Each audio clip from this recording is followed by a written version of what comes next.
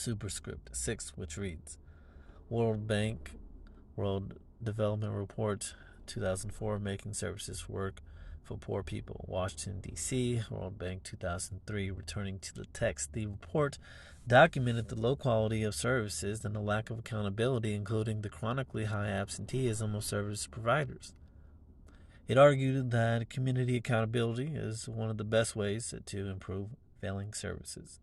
The poor who suffered the brunt of the failures were not just more motivated to get services working than were bureaucrats. They were also better positioned because they were right there at the point of delivery to monitor the providers.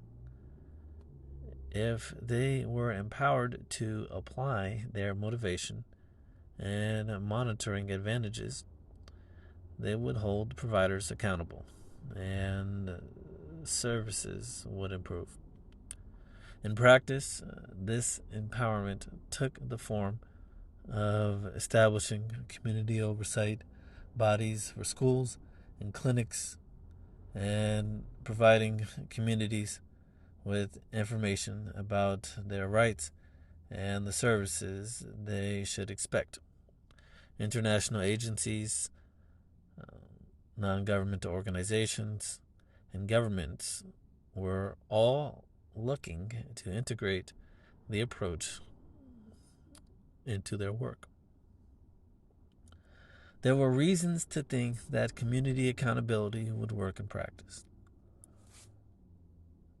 Advocates pointed to correlations between active participation of citizens in schools and clinic oversight and high-quality services, and in cases in which increases in participation were associated with improved services.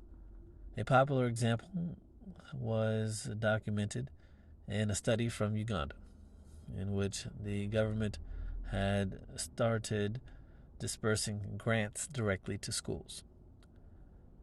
A survey found that only 25% of those grants were reported as reaching the schools.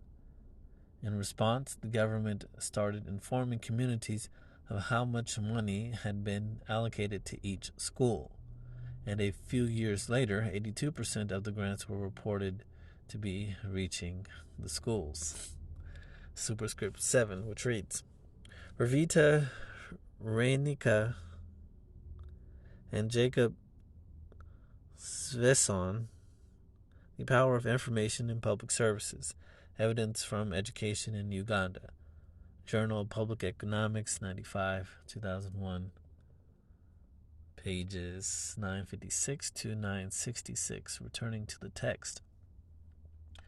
It was unclear, however, whether the correlation between community involvement and high-quality service outcomes meant that community involvement caused these high-quality outcomes.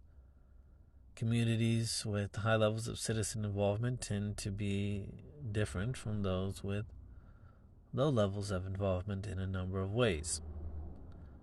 For example, the town of Brookline, Massachusetts, where I live, has very good public schools and an unusual form of governance in which citizens take responsibility, typically given to full-time town employees. But Brookline also has an unusual concentration of people with high levels of education. People move from miles away and pay high taxes so that their children can attend Brookline's public schools. It is hard to know to what extent the school outcomes are due to the citizen oversight and to what extent they are due to the emphasis